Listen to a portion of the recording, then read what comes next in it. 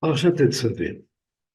Parachat Tetzaveh est le prolongement de la Parachat Trouma, dans laquelle Akadosh Baruch Hu demande au peuple d'Israël de fournir des matériaux afin de construire le futur Mishkan du désert.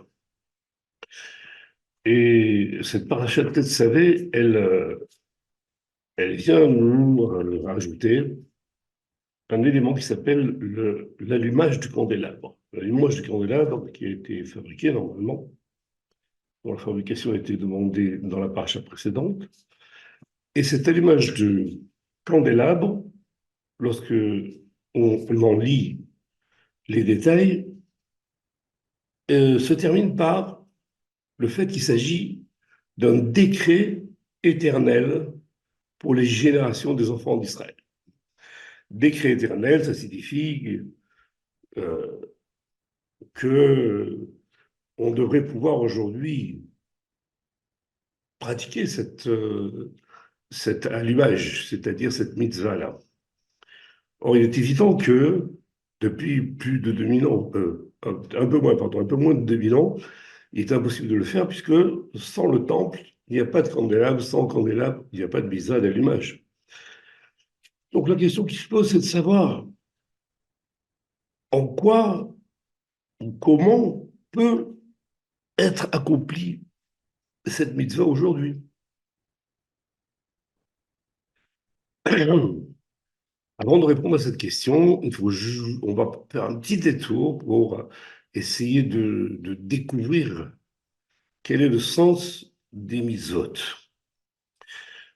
Et à partir de là, on va essayer de comprendre le sens de cette mitzvah-là et voir comment elle peut entrer dans ce cadre d'être praticable, y compris à notre époque, de tout temps, c'est-à-dire. Concernant le sens des mitzvot, le Zohar nous apprend quelque chose, on va le prendre d'une certaine manière. Le sens des mitzvot, il y a plusieurs versets qui nous le donnent, mais là, on va prendre une voie qui est un petit peu différente, mais qui aboutit exactement au même résultat.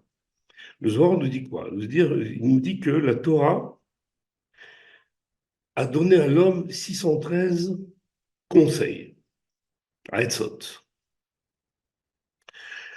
pour devenir intègre vis-à-vis de son maître. Parce que celui-ci veut faire du bien dans ce monde-ci, et dans le monde futur, et même davantage dans le monde futur. Ah ben, difficile à comprendre, mais ça voudrait dire quoi? Ça veut dire que les mitzvot seraient des conseils. Des conseils, ça veut dire quoi? Un conseil, quand on donne un conseil à quelqu'un, c'est pour que sa situation s'améliore, pour qu'il aille dans le bon sens. Donc on a 613 sortes de conseils que va nous donner la Torah, qui sont en fait des mitzvot, on a bien compris. Et chacun de ces conseils amène l'homme à devenir intègre vis-à-vis d'Hachem. Et cette intégrité vis-à-vis d'Hachem va le conduire à pouvoir recevoir le bien qu'Hachem va lui donner. Et d'ailleurs, le Rambam lui-même précise. La majorité des lois de la Torah sont des conseils profonds destinés à corriger les qualités et à perfectionner les actes des hommes. Donc, ça confirme parfaitement ce que dit le Zohar. L'homme doit pratiquer les mitzvot afin de se perfectionner et de perfectionner ses actes.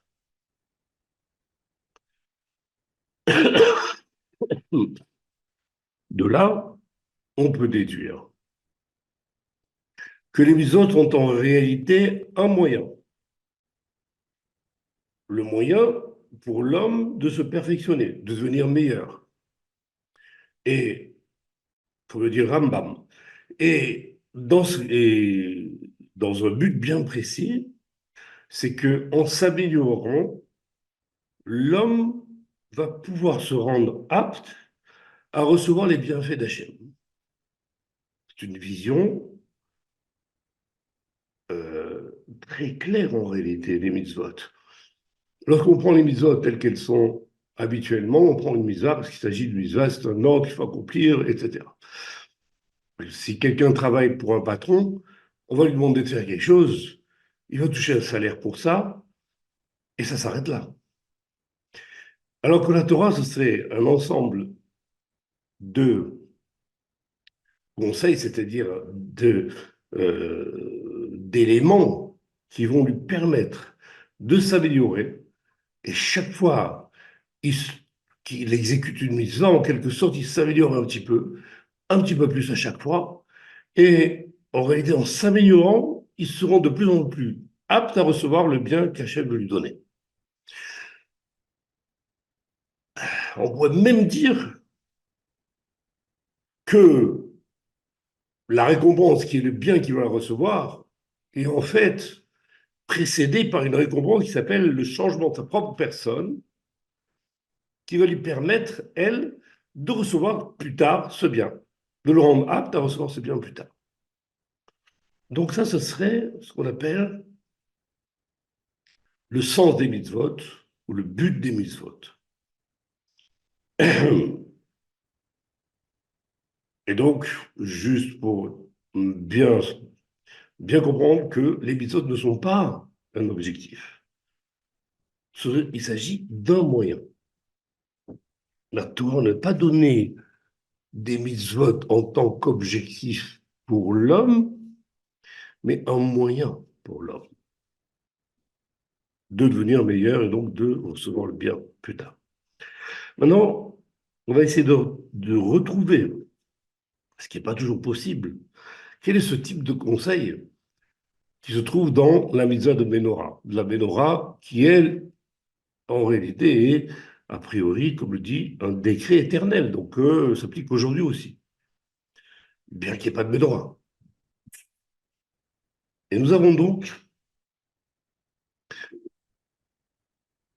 nous allons plutôt essayer de comprendre quel est ce conseil qui est caché dans la mitzvah de la Ménorah. Cette mitzvah, en réalité, elle consiste surtout à ce que les Bnei Israël fournissent de l'huile pure à Moshe, comme c'est marqué.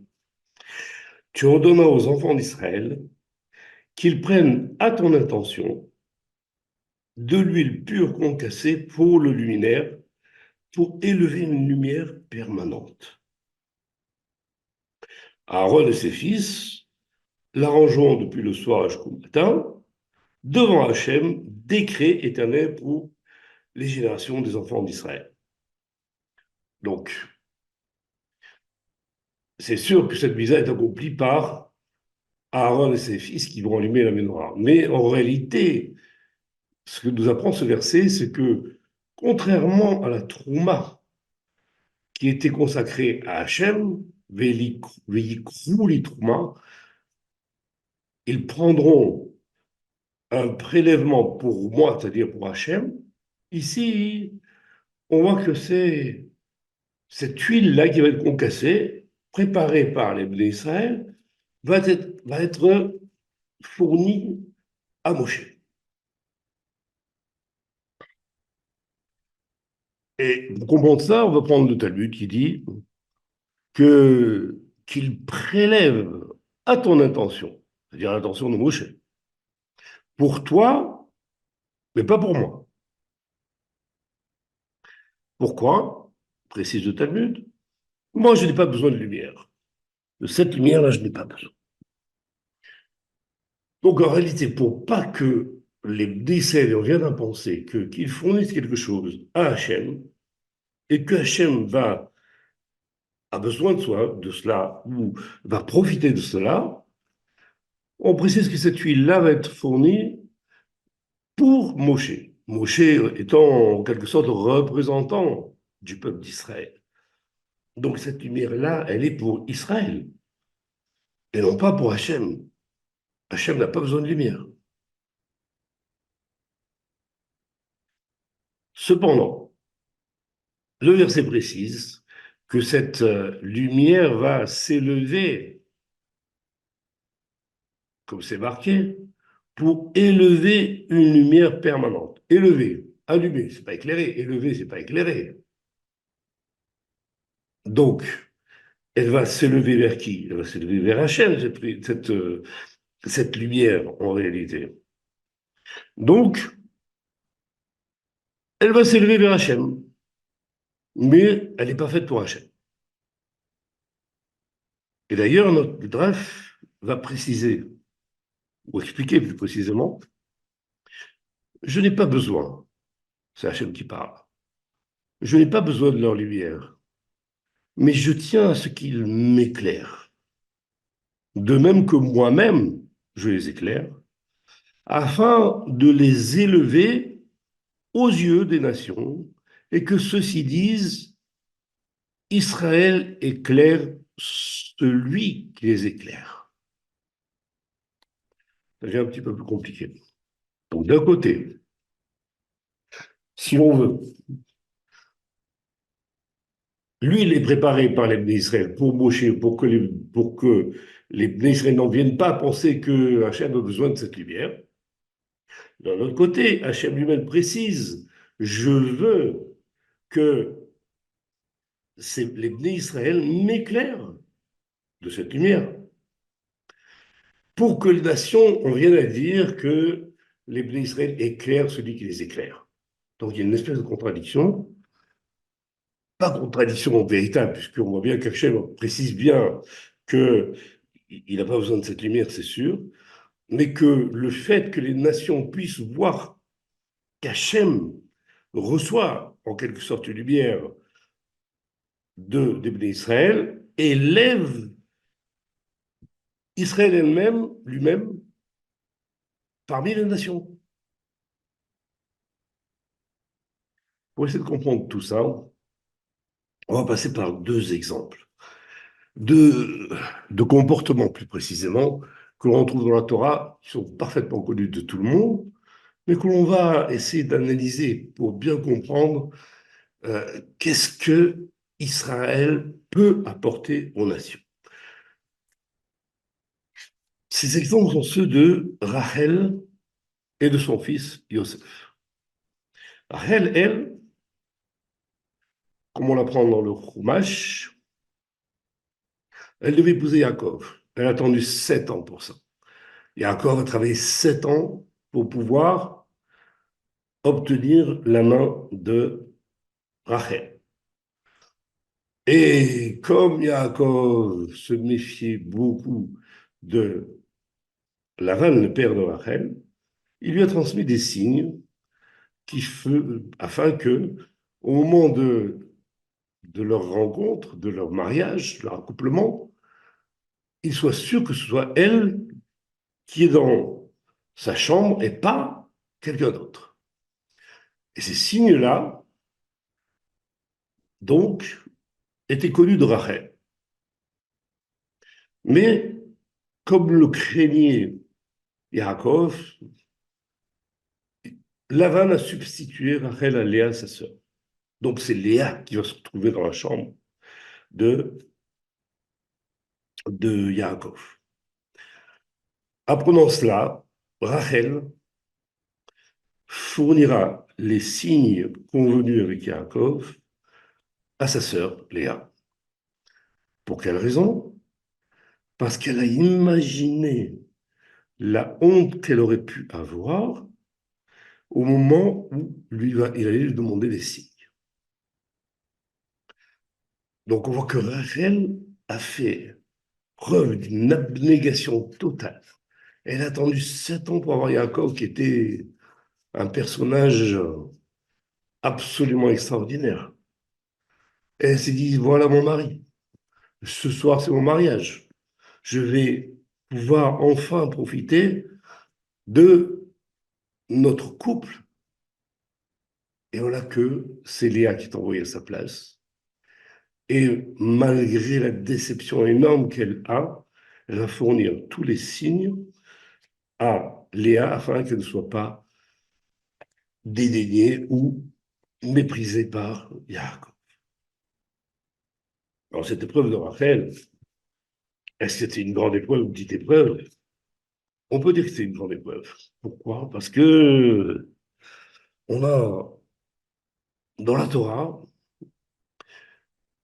un texte qui nous explique que Rachel, ou plutôt tous les dolim, nos ancêtres, pardon, pas nos ancêtres, mais nos patriarches, Abraham, Isaac, Jacob, etc., ont tenté de convaincre Hachem de pardonner aux enfants d'Israël, après le Khurban, après la destruction du temple. Et que leurs prières n'ont pas été exaucées. Rachel est venue et elle a parlé à Hachem à ce sujet. Elle a dit à Hachem, et moi, n'ai-je pas fait plus que toi en laissant entrer ma rivale dans ma maison? Donc on voit que, pour ainsi dire, le geste de Rachel était d'une grandeur telle qu'elle pouvait discuter avec Dieu en lui disant, moi j'ai fait plus que toi. Moi, Rachel, en laissant entrer ma rivale dans ma maison, j'ai fait plus que toi. Et n'a-t-on pas écrit sur toi, je continue le texte, que tu es Rahum Hanoun, indulgent et bienveillant. Tu aurais dû pardonner aux enfants d'Israël leurs fautes. Et donc, ça c'est juste pour montrer la grandeur du geste de Rachel. Le résultat était absolument hors du commun, impossible. C'était extraterrestre, on dirait aujourd'hui, ce qu'elle a fait. Et sans doute, grâce à cet acte-là, qu'elle a acquis toute cette grandeur, qu'elle a eu un enfant, qui s'appelle Yosef, qui lui va accomplir aussi un acte de grandeur incommensurable pour nous. De quoi s'agit-il? C'est lorsque Yosef lui-même, qui était donc esclave de Poutifar en Égypte, et que à cette époque-là, Poutifar décide de le nommer intendant de tous ses biens. Il était devenu le gérant de tous les biens de Poutifar. Or, Poutifar avait une femme qui s'était prise, pardon, de Yosef. Elle a tenté de le séduire par tous les moyens. Un petit exemple que nous ramène le Yalkut Shmoni, les vêtements qu'elle portait pour le séduire le matin, elle ne les portait pas pour le soir. Et ceux du soir, elle ne le portait pas le matin. Pour ainsi dire, elle tentait de le séduire jour après jour d'une manière nouvelle, à tenter à chaque fois qu'elle pouvait de le faire succomber et qu'elle aille avec lui, que lui aille avec elle, plus précisément. Or, l'occasion s'est présentée un jour où la maison était vide, la maison de Poutifar était vide, et ils se sont retrouvés tous les deux, seuls dans cette maison. Et pour pouvoir résister à l'attrait de cette femme qui était très belle, évidemment, Yosef, qu'est-ce qu'il a fait? Il a abandonné son vêtement dans ses mains et il a fui pour ne pas céder. Donc on voit que cet acte aussi est un acte d'une grandeur extraordinaire. Pourquoi? Parce que Yosef a 17 ans, que cette femme-là était extrêmement séduisante et qu'il lui était pratiquement impossible de résister et qu'il a quand même résisté. Dans ces deux actes, on voit, aussi bien pour Rachel que Yosef, qu'ils ont repoussé un bonheur ou une satisfaction intense, énorme. Rachel a repoussé le bonheur de se retrouver dans les bras de son mari, alors qu'elle avait attendu pendant 7 ans, pour éviter l'humiliation de sa sœur. Yosef, lui, aurait pu profiter d'un plaisir intense avec la femme de Poutifar, mais là aussi, il a repoussé pour faire la volonté de Hachem. Donc ces deux actes-là nous montrent quelque chose de très spécial. C'est que la Torah engage l'homme de telle sorte qu'il devient capable de faire des actes qui sont au-dessus totalement de leur nature. Revenons à présent à l'huile. L'huile pure que devaient fournir les béné Israël et qu'on est censé devoir fournir nous-mêmes dans toutes les générations, puisque c'est marqué que c'est un décret. Donc, au sujet de l'âme, le verset dit, l'âme de l'homme, c'est la lumière d'Hachem. Comme c'est marqué, Ne Hachem mit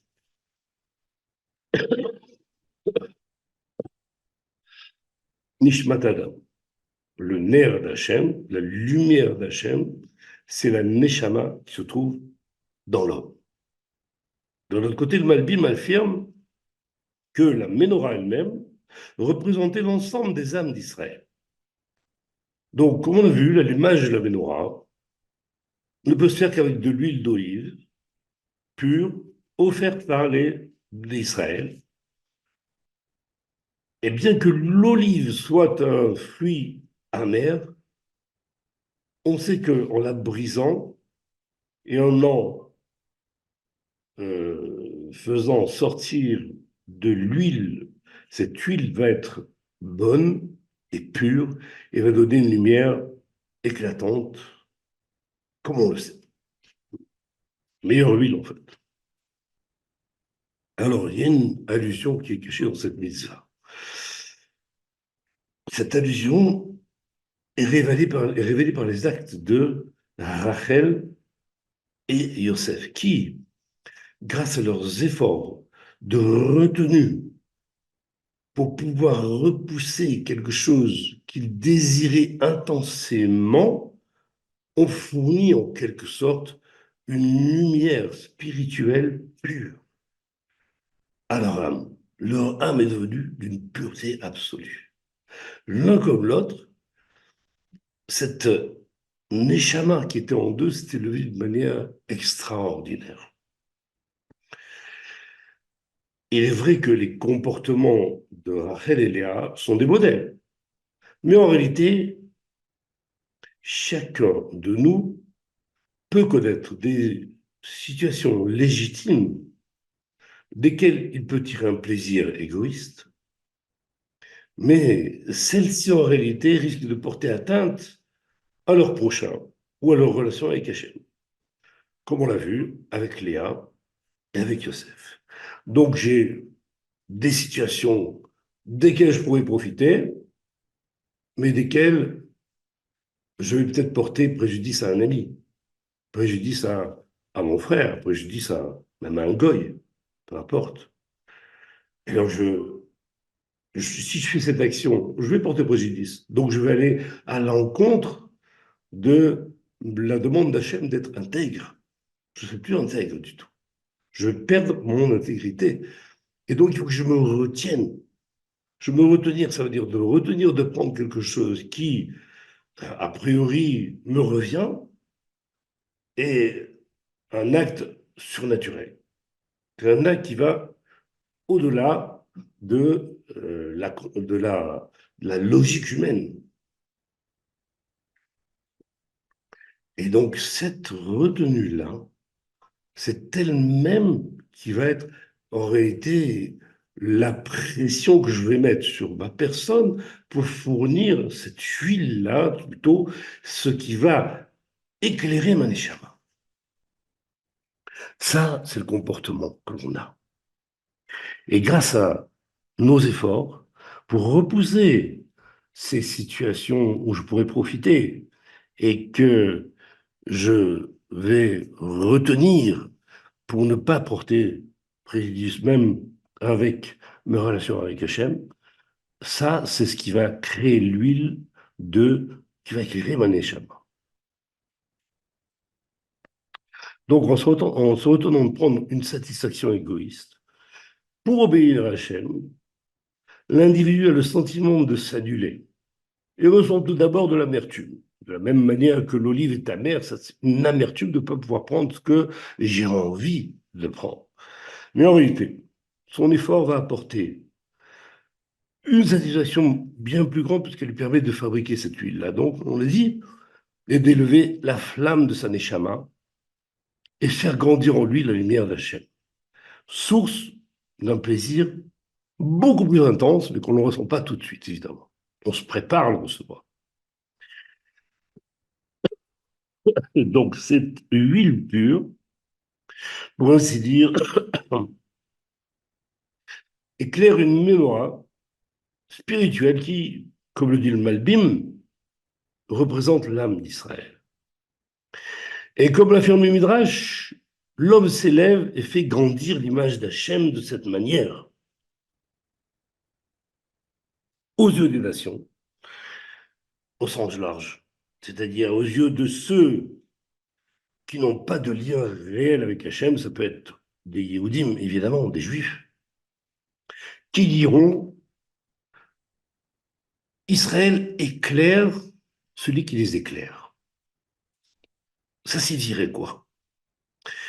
Que, en se retenant, Israël met en lumière celui qui, par sa lumière, c'est-à-dire la Torah, aura motivé ses actes. C'est-à-dire que sans la Torah, qui est la lumière d'Hachem, jamais Rachel n'aurait fait ce qu'elle a fait, ni Yosef ce qu'elle a fait, ce qu'il a fait. Ni chacun d'entre nous, quand on se retient de faire une chose pour rester intègre vis-à-vis d'Hachem, on n'aurait jamais fait. Donc cette lumière que nous donne Hachem est éclairée par nos actes et par notre comportement. Et ce comportement, ces actes éclairent en fait cette Torah d'Hachem. Parce que sans cette Torah, on n'aurait pas pu le faire. En d'autres termes, ceux qui ne connaissent pas la Torah, qui n'ont pas du tout idée de ce qu'il peut y avoir à l'intérieur, en voyant le comportement que nous pouvons avoir grâce à cette Torah, éclairent cette Torah. Regarde les Juifs, qu'est-ce qu'ils sont capables de faire? Les Juifs sont capables de faire cela parce qu'ils sont motivés par une lumière qui s'appelle la Torah. Donc nous éclairons en quelque sorte la Torah par nos actes. Et donc là, on peut comprendre pourquoi cette mitzvah est éternelle, décret éternel d'Hachem, on peut le dire, parce qu'elle peut se pratiquer et elle doit se pratiquer à toutes les périodes et en tout temps et dans toutes les générations. Donc, vu sous cet angle, on voit combien cette mitzvah peut rapporter à l'homme et combien elle est dans le cadre de la perte du perfectionnement de l'homme afin d'arriver à recevoir Hachem dans le futur, la lumière d'Hachem véritable qui va nous donner la plus grande satisfaction et le plus grand plaisir qui soit. Voilà, merci d'avoir écouté. Nous allons nous arrêter là.